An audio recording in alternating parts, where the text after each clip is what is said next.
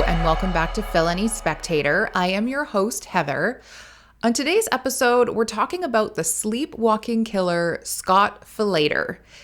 This was a suggestion from a subscriber, and it's an interesting case because sleepwalking is really hard to prove, and the accused, Scott Falater, was, by most accounts, really trustworthy and respected.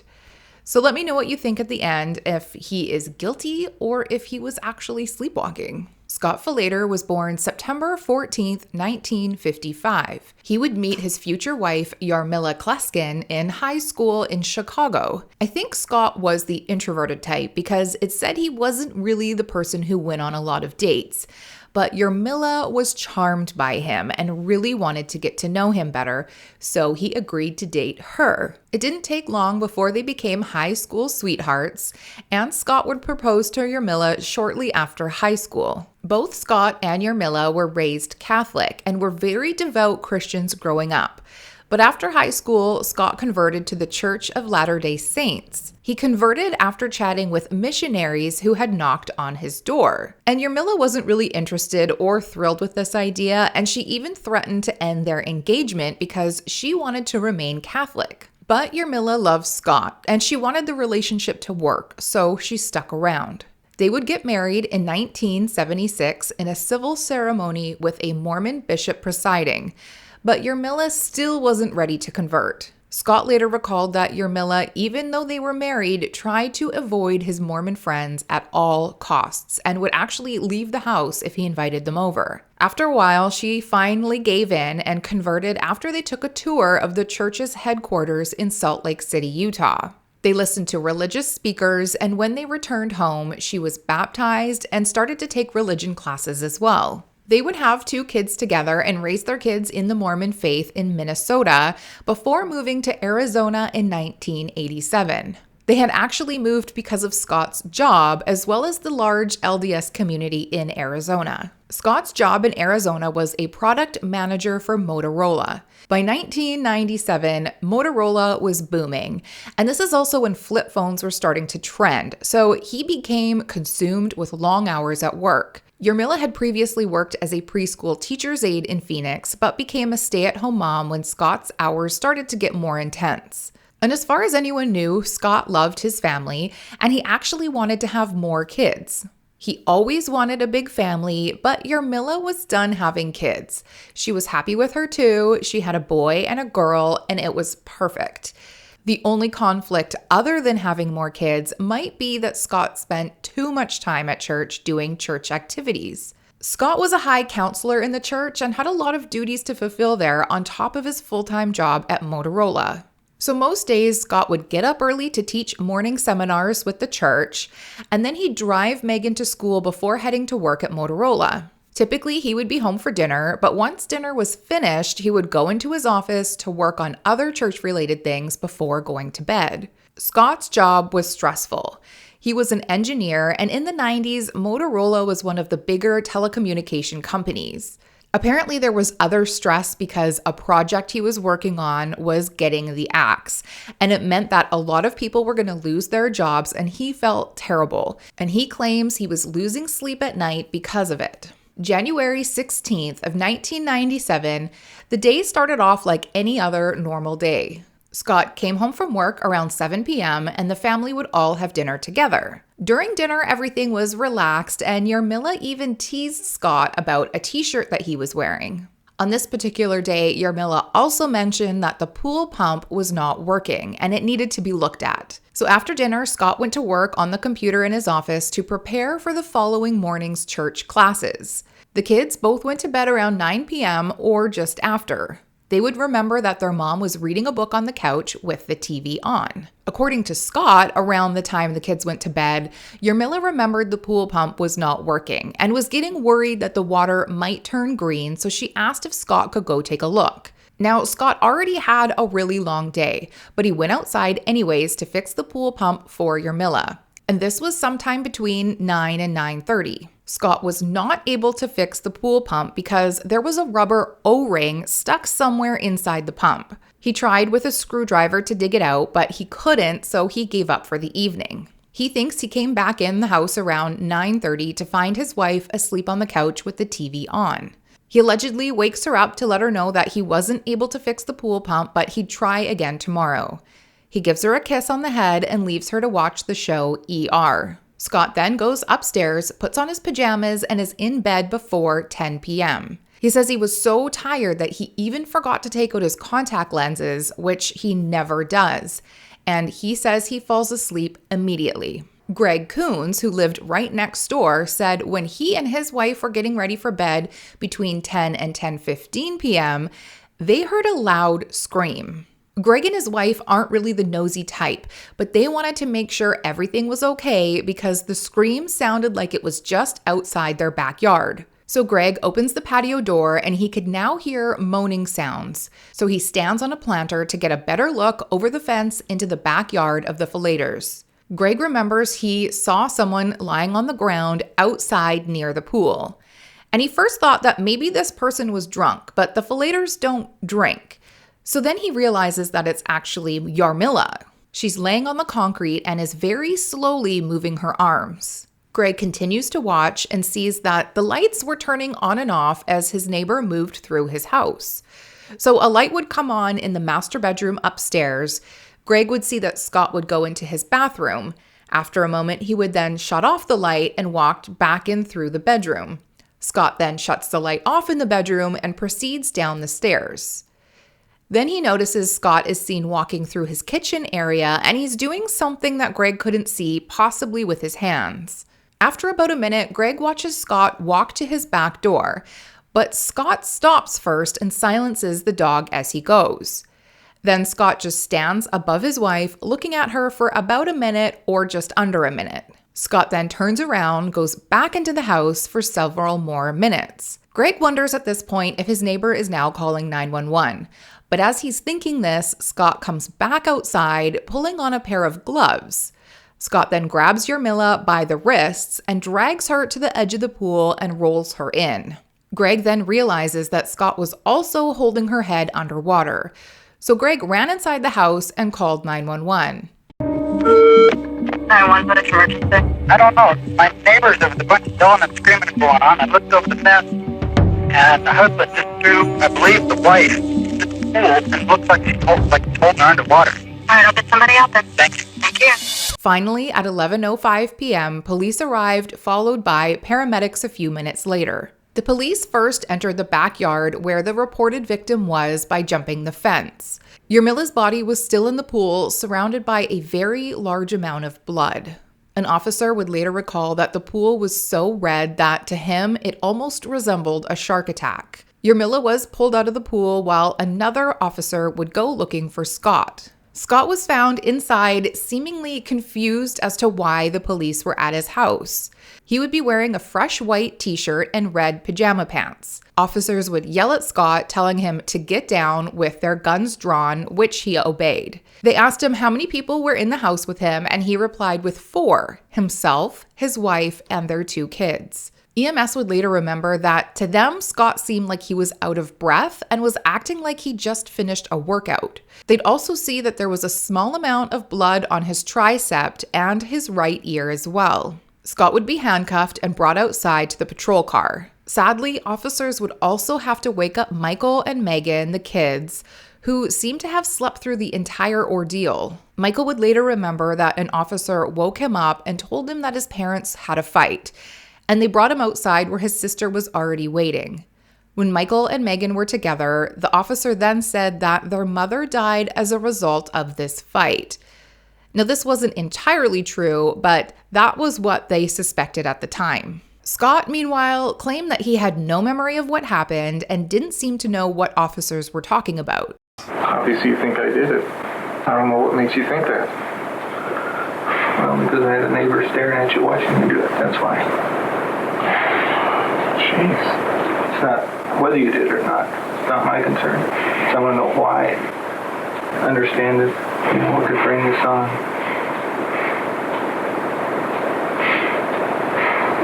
I'm sorry, I don't remember doing it. He did eventually come to terms with the fact that there was a homicide investigation going on and he was the main suspect, But Scott continued to say that he didn't do it and didn't know why they thought that it was him. What went wrong? I'm sorry, nothing. Nothing went wrong? I love my wife. He loved his wife. Now, even though they pointed out that he had blood on him and he was informed that there was a witness, he still maintained that he couldn't remember anything. And this narrative would continue throughout many interrogations, the entire investigation, and through the trial. Scott continued to say that he loved Yarmila, they had a happy marriage, and he had no memory of the incident. The last thing he remembered was Yarmila watching ER on TV. He kisses her on the head and goes to bed. The next thing he knew, he could hear police sirens, the dog barking, and then the police suddenly in his home yelling. During the investigation, police would talk to Scott's family members to try and get a better understanding on who Scott really was. Was he someone with a temper? Was he someone who was untrustworthy? But as far as anyone was concerned, Scott was a family man. He was a nice person, very religious. So what would drive him to murder Yarmila? By most accounts, Scott seemed like the average person with no anger issues. But just before the trial, Scott's sister Laura remembered that Scott used to sleepwalk, and maybe that's what happened. She would tell them about an incident in 1976 when she was 16 and he was 21, in which Scott had thrown Laura across a room when she interrupted him while sleepwalking. She was apparently watching TV when Scott walked through the living room while sleepwalking. Laura decided to lock the back door off the kitchen to make sure he didn't leave. And it was when she attempted to lock the door that she must have brushed up against him and startled him. Scott allegedly lifts her up and tosses her through the air about 10 feet. She also remembers at the time that he looked very, very angry, and it was not the Scott she knew. Interestingly, it was Laura and their mother who met with Scott's attorneys after doing research on sleepwalking. His mother later recounted a time when Scott came downstairs to the living room at midnight, dressed and ready for school. Another time, he came downstairs completely naked. However, the 1976 incident was the only time that they recall Scott ever being violent. But for some reason, Laura never told anyone about the 1976 incident, not even Scott. It was something she kept to herself until Scott was on trial for murdering his wife. Now, the biggest issue with this case was trying to prove that Scott was actually sleepwalking. To help prove Scott's defense, he would be sent to a sleep disorder research center where he was studied over a 4-day period. It was discovered that Scott did have interruptions in his sleep phases, which could be typical of a sleepwalker or sleep talker. Psychologist Rosalind Cartwright spoke at the trial about sleepwalking and how there has been many cases where people do all sorts of odd things. Some have destroyed the furniture in their home, some have put their arms through glass, some people wake up in completely different locations not knowing how they got there. Now, most of these extreme situations are rare, but it does happen. Cartwright had some theories of her own, but we'll get into that in a bit. The medical examiner who reviewed Yarmila's remains would reveal that Yarmila had 44 total stab wounds to her body. 6 were to her back, 5 to the neck, 3 to the abdomen, 10 to the chest, 6 to the front of the neck, 2 near the left ear, and about 12 defensive wounds on her hands. All of the stabbing did not kill Yarmila. She was alive when Scott had pushed her in the pool because medical examiners found water in her sinuses. With that said, had she not have been thrown in the pool, the stab wounds would have been fatal. 3 of the wounds penetrated her lungs and 1 was to her heart. Investigators who worked on the search warrant of the home found all sorts of evidence as well. There was a flashlight still on, shining towards the pool, and the ground around the pool pump was stained with Yarmila's blood. On the stairs leading upstairs inside the home was blood-stained pebbles that matched the decorative pebbles outside by the pool. In the garage inside Scott's Volvo would be a plastic storage bin containing Scott's blood-soaked clothing, including undergarments, as well as the blood-soaked hunting knife he used to stab Yarmila. Also in the trunk was a garbage bag with blood-stained boots and wet leather gloves. So it seems as though when Scott allegedly woke up in this so-called sleepwalking state, he had managed to get changed from his pajamas and put on jeans and a t-shirt. It would later be learned that Scott's work clothes were actually kept in his Volvo, which means he went into the garage to change, all while sleepwalking. Greg would later tell officers that when he saw Scott outside, Scott was already wearing a white t-shirt and red pants, which means after he stabbed Yarmila, he changed back into pajamas right away. At some point, Scott would have had to go back into the garage and put the wet leather gloves in the garbage bag next to the bin in his trunk.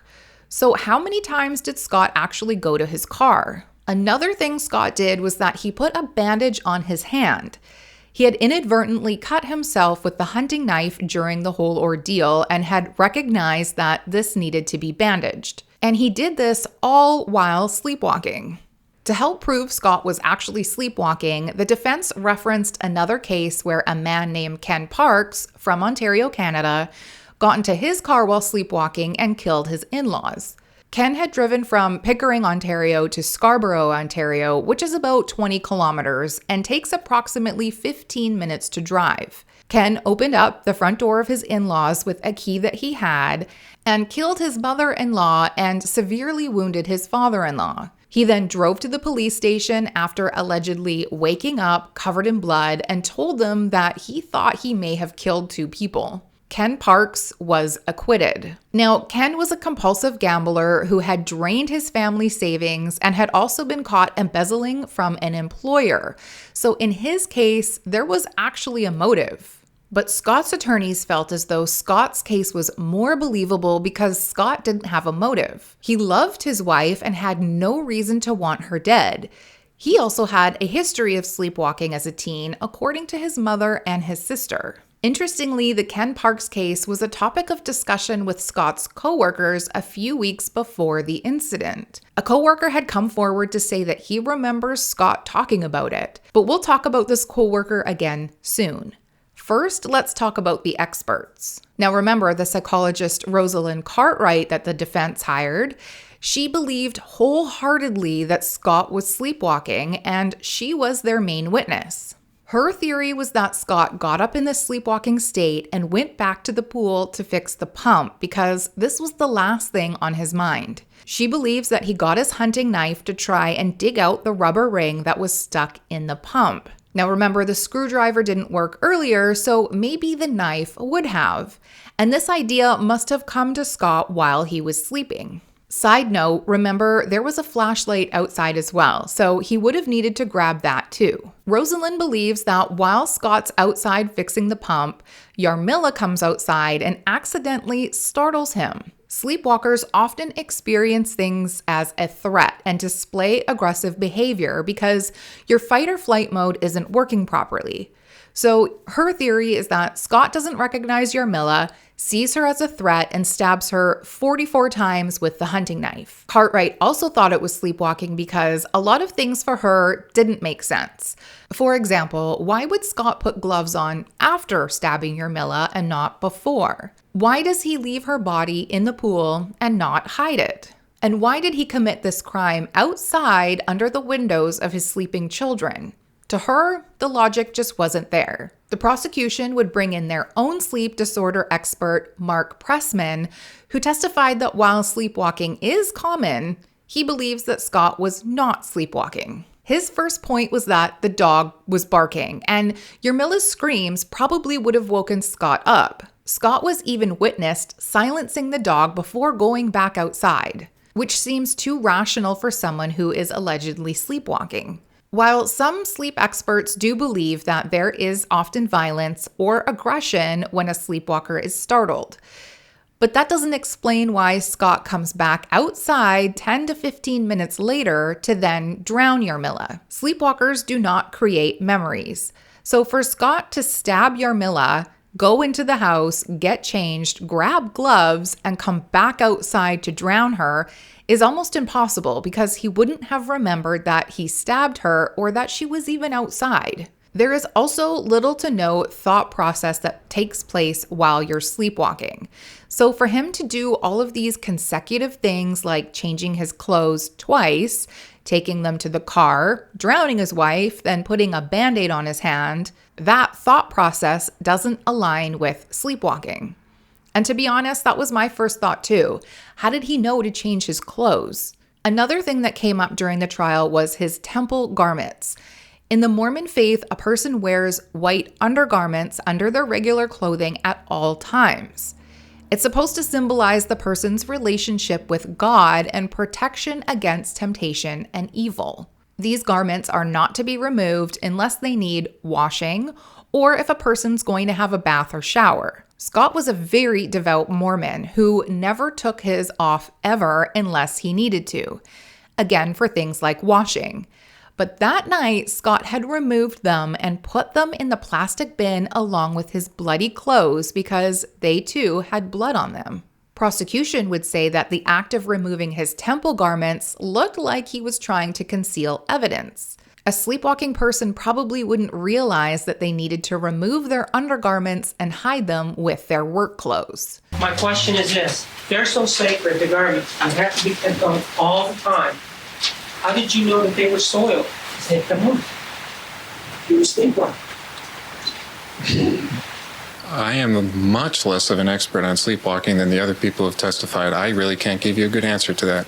Scott did testify at the trial, but unfortunately, any questions that were thrown at Scott were answered with, "I don't know, I'm not an expert in sleepwalking," which is very convenient. He really hasn't needed to explain anything or get caught up in a lie because he simply can't remember anything. What you told us is that when you would go to sleep, one of the things that you would do is you would turn off the phone, turn off the pager, and set your watch, correct? Yes. And that your watch had a little bit of an alarm that would go off, correct? Yes. And that would wake you up, correct? That or my organizer, yes. Explain to me then, as you're stabbing your wife 44 times and she's screaming and you're moving about, how it is that a little teeny tiny alarm on your hand can wake you up and her screaming can't.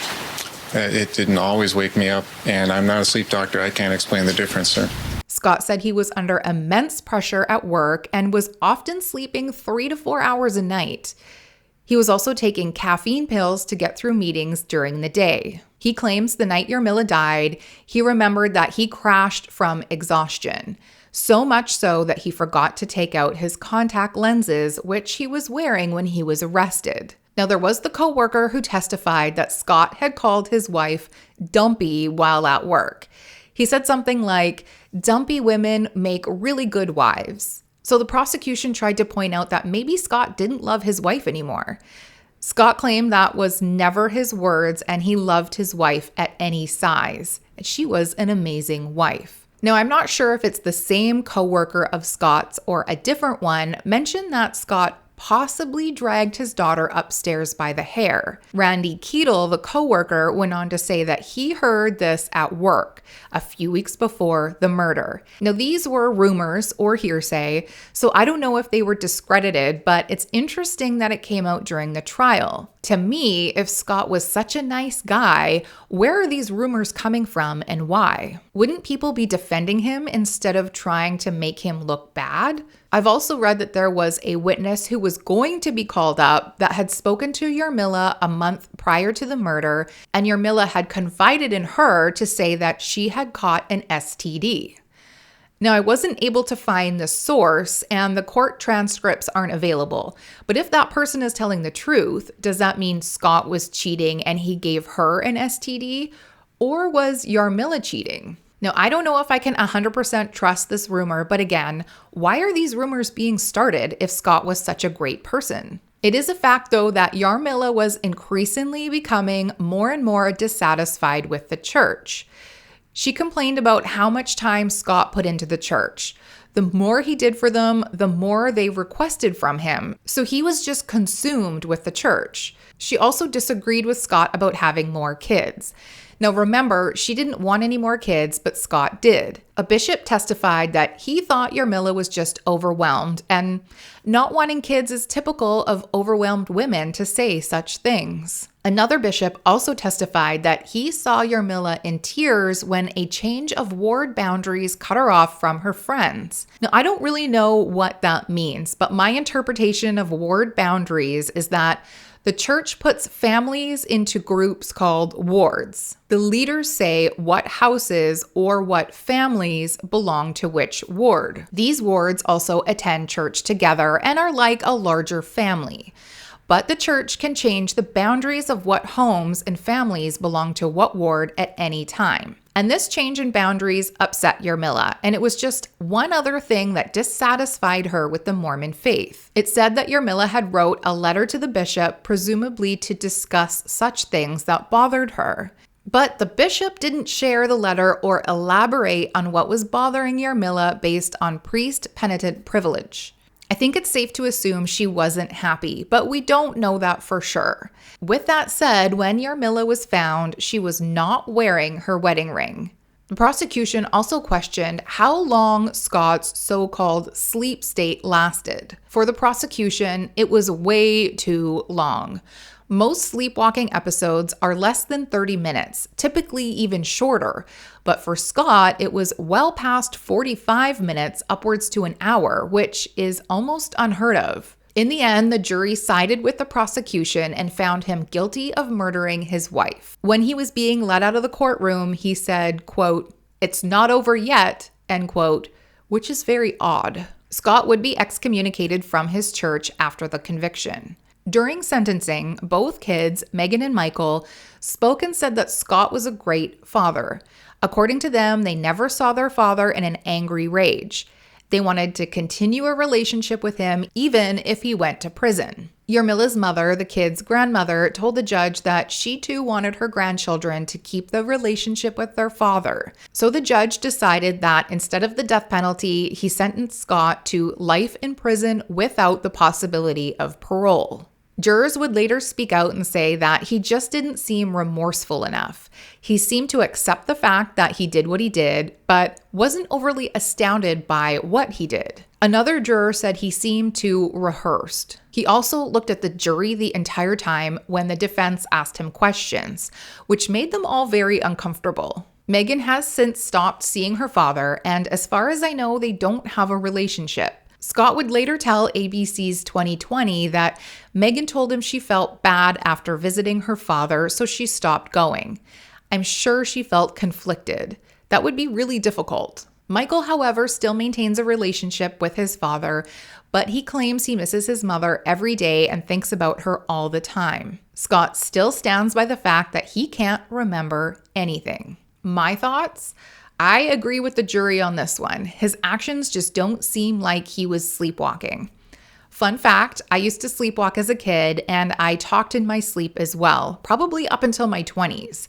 I don't sleepwalk anymore, but when I did all sorts of strange things that made no sense whatsoever. With that said, that doesn't make me an expert, but I would have to agree with the prosecution that you don't have a normal thought process while sleepwalking. So it makes me wonder how Scott knew to do certain things if he was dreaming. He wouldn't have known that he needed a Band-Aid. He wouldn't have known that he needed to go back outside and finish off Yarmila after stabbing her. He wouldn't have known to put wet gloves in the car with his bloody clothes. The fact that he was still wearing his contact lenses when police arrived makes me think that he didn't go to sleep at all. He even admitted that it was very unusual that he didn't take them out.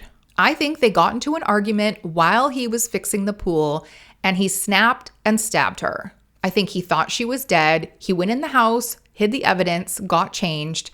But when he came outside, he realized that she was still moving, so he had to finish her off. If he had walked downstairs, stabbed her, and immediately went back to bed, that would have been more believable. But that's not what happened. I think he just had a mental break. His job was really stressful. He was spending a lot of time with the church, and the fact that Yarmila was pushing away from the church was probably really difficult for Scott.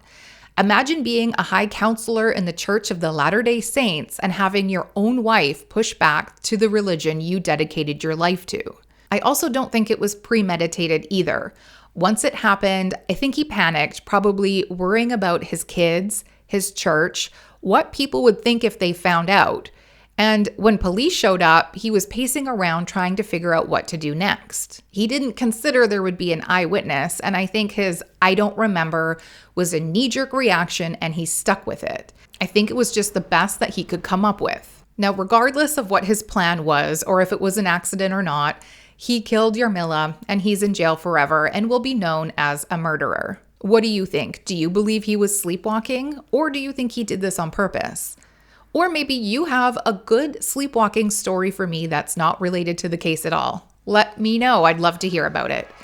Thanks again for joining me here at Felony Spectator, and we will see you again soon.